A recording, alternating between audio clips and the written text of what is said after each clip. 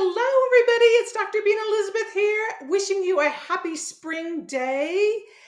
We are going to party in a trapped in tech brain, but we're going to untrap the tech brain. How's that? So, ChiroSecure, thank you again for this awesome opportunity to share with the world the beautiful message of chiropractic and what we can offer those little fiddle farts out there to lead a healthier, more constructive life. So, Elizabeth, time for a nap. No technology. You hear that? No technology. So, what are we going to talk about today? First of all, there was a study that just came out in JAMA Pediatrics talking about technology. And this is something I think we really need to understand in order to help educate our practice members and our communities a little bit more wisely on some choices. So, first off, according to the American Academy of Pediatrics, little fiddle farts from 18 months or younger should not be involved in screen time at all. And that includes TV. Okay, so when we're talking about screen time, we're talking about digital devices and television. Unless they say, with the American Academy of Pediatrics, they say unless it's like face time or Zoom or something like that with relatives out of town, that is that connection is more advisable than negating them or not allowing them to have that experience. So no technology under the age of 18. Now, the thing is, most little kiddos between the ages of 6 and 18 months are getting 2 to 3 hours of screen time a day. And of course, that includes television. But this study that came out is a wee bit or a lot of bit alarming. It's not that we didn't know this, it's that we are now seeing the effects of screen time, not just on the little fiddle farts at 12, 18, 24 months, but the long-term effects to the age of 9 years old and how it's affecting them in school. So let's visit that a little bit, and then we'll throw in a couple things. But then I want to leave you with some really fun considerations to untrap your practice members that are trapped in tech brain. That's a mouthful. Okay, so the study that just came out, they looked at little kiddos between the ages of 12 and 18 months. They found a dose-dependent exposure at 12 months. So the more time they spent on technology at 12 months, the more struggles they had with executive functioning at the age of 9. Now, it's interesting because the study was done out of Singapore, where traditionally little ones have less access to technology devices, games and such. And they primarily were getting their hits, their exposure via television. One of the limitations of this study was they didn't gather information of what kind of technology that child was exposed to in a given day. So what device they were on, okay? So that is one limitation of the study. But what they did find is they did EEGs at 18 months and at 9 years of age. And they found that the more time that that child had exposure to technology at the age of 12 months, the more deficit in areas of the brain that are involved in executive functioning, which is pretty alarming because remember, executive functioning, that's the CEO of the brain, right? That is our impulse control, our self-modulation and self-regulation, being reasonable, being rational. That is part of the brain that's so critical for mental health disorders, which are seen skyrocketing around the world, especially in the United States. It's the area that's going to be in charge of bringing on the anti-inflammatory arm of the vagus nerve. So there's a lot of things we need to think about here. So essentially what they're finding is that the term out there is video deficit. What happens is on technology, we are being exposed to a two-dimensional image, two-dimensional information coming into the brain, where especially in the early years, the first 1,000 days of life, that's fetal development, the first 2 years postnatally, brains need three-dimensional live experiences in order to foster proper sensory input to the brain and proper sensory input and integration in the prefrontal cortex. So what happens is in a two-dimensional screen, you're getting information deficit, i.e. they're calling it video deficit, where that sensory input coming in essentially is getting stuck in the brainstem. And that's another reason we're seeing so many little fiddle farts and older kiddos having continual active primitive reflexes, because that sensory input's coming in and it's firing up in the brainstem, but it's not being modulated by higher areas of the brain, one being our executive functioning control, our prefrontal cortex. And so we are staying in this primitive defense strategy mode part of our brain. And this is prolonged. Again, they saw it up to 9 years of age and how it interfered with school-aged children. So that's not a great thing to understand, to know. A couple other studies, what they found, one was out of Vanderbilt in 2019, and it was really interesting. They gave kiddos, some were 24, they had two groups of kiddos. One was 24 months, one was 30 months. And they gave them this toy, this weird shaped object, and they named it a Modi. Okay. So it was something the kids were never exposed to before.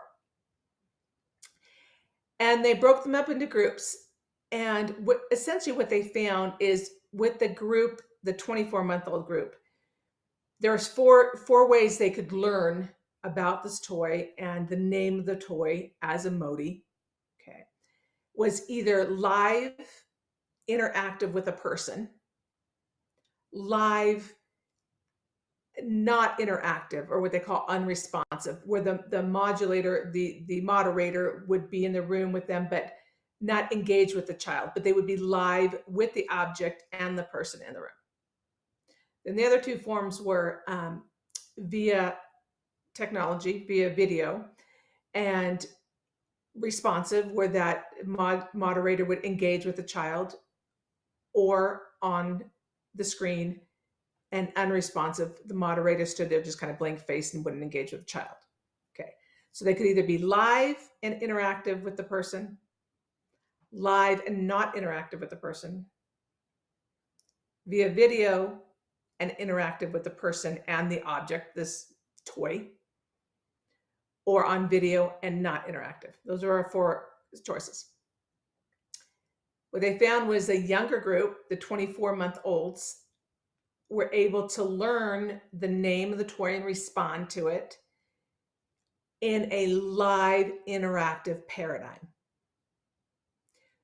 The brain needs an experience-dependent live 3D interaction at that age in order to learn. What they found with the 30-month-old group is they learned best live with an unresponsive interactive paradigm. Okay, so they were not able to learn the name of this toy, what this toy was, from a screen device. They did another study, which was fun, was they hid an object under a blanket or under something, right? And they found that kiddos, I believe they were 12 or 18 months old. They were able to find that object when it was live, okay, 3D dimensional live experience. They were not able to find that hidden toy when it was on a screen device. So bottom line is, Brains do not need screen time. Brains need real time. They need interaction. They need 3D space. They need to move through 3D space in order for optimum neuroplastic development to happen. Not getting that foundation in those early years disrupts, essentially creates pivots and potholes in development to the point that higher centers of the brain that are involved in executive functioning, the CEO control of the brain, it's going to modulate vagal tone. That will have weaknesses. And we're seeing that now up to age of 9 years old. So this is important information, especially if you want to optimize your practice members, their little fiddle farts' ability to learn, grow, and mature healthy brains. Okay, so a fun little task that I put this up on our dashboard, on our Intersect for Life dashboard for our members, and we created 4 different campaigns to help your practice community decompress, okay, get out of being trapped in tech brain. So I want to share one of them with you, and that is a tech-free vacation. It's pretty fun. So first couple things to think about. One, get HIPAA consent, okay, if you're going to do some of these activities. So start right there. One, if you have a family that's going on vacation, they're planning, you can start asking now. School's getting ready to get out. Are you planning anything fun for the summer? Are you going on vacations? So one challenge is having them send you a postcard from wherever they're at. First off, you're giving them a social and academic experience, because so many kiddos don't even know about snail mail anymore, don't even know about postcards or writing, or they don't even handwrite things, okay? So say, send me a postcard from wherever you're at. We're going to take your postcards, and you might do this over a 3-month period, over the whole summer, whatever you decide. Anybody who sends us a postcard, we're going to put that postcard in a drawing, in a hat, into something, for a drawing of something, whatever you decide. Okay, whatever you decide, they make it as small or big as you want, right? So anybody that sends you a postcard, their postcard goes in a drawing, and you get to choose that drawing when they get back, okay, before school starts, whatever. You can get those, you can get some twine. Okay, just go to the hobby store or whatever, get some twine. And these are the cutest little clothespins, okay? And you can string these up around your office and clip the postcards on there if you want until the drawing. Show people, make it fun, jazz up your office a little bit, right? Then the other idea is to get some swag for your office. Get some hats, some shirts, water bottles, whatever, okay? Chapsticks, whatever. Have your patients take the swag with them on the vacation. Kind of like George Clooney, I think in that movie, was Up in the Air or something. I think he took a little gnome with him, and wherever he went, took pictures with his gnome. All right. They take pictures wherever they're at with your swag, right? And you can ask them if they feel comfortable putting it on your social media site. Hey, thanks, Dr. B, for helping us be healthy and have this exciting vacation with our family. And there, got your swag on, okay? Whatever, all right? But have them, first of all, challenge them. All right, you guys are going to Hawaii. You guys are going on a cruise. You guys are going wherever you go. When you get to your location, all technological devices get locked away in a safe or in one person's backpack. If they're out meandering around and exploring, then they're afraid of theft or something, okay? And only one phone can come out during your vacation. And that phone is only to be used for somebody to contact them on an emergency basis, or use it to take pictures or little video clips. Okay. At night, when they're done with their day of vacationing, encourage them to sit and recap the day.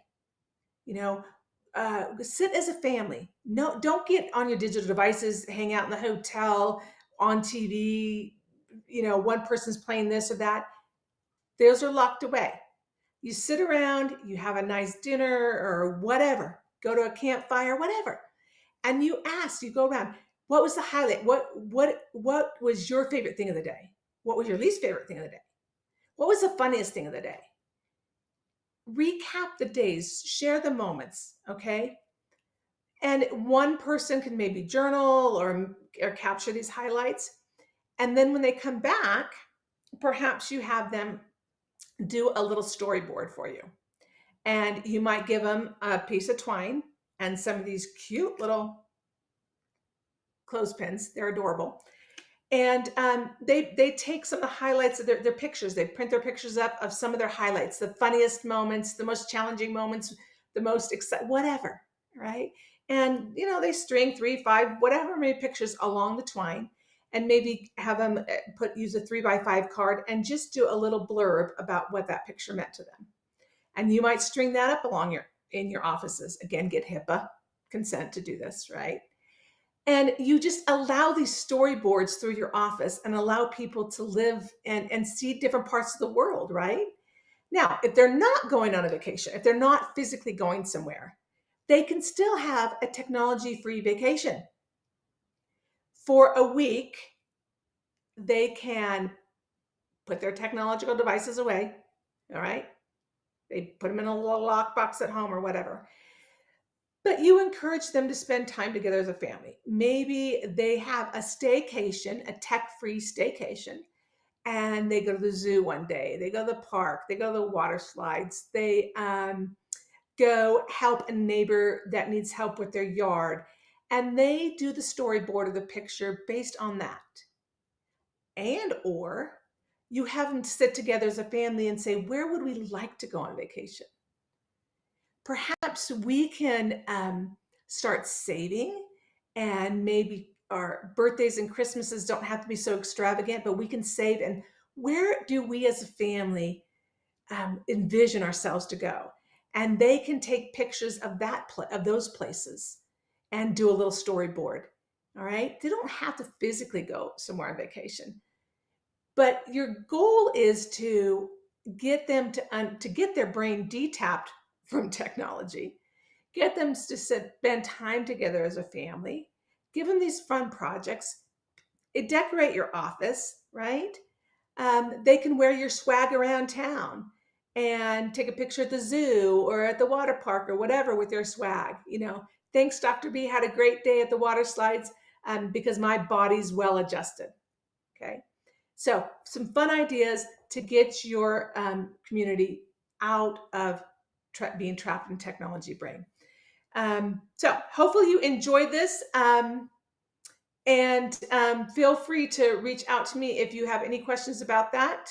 You can find me at intersectforlife.com and message me. And until then, ChiroSecure and our little girl here, Elizabeth, we want to thank you for giving us this opportunity. I'll see you next month. Oh my goodness, it's June already next month. I'll see you in June for more fun. And until then, keep being amazing and keep saving lives.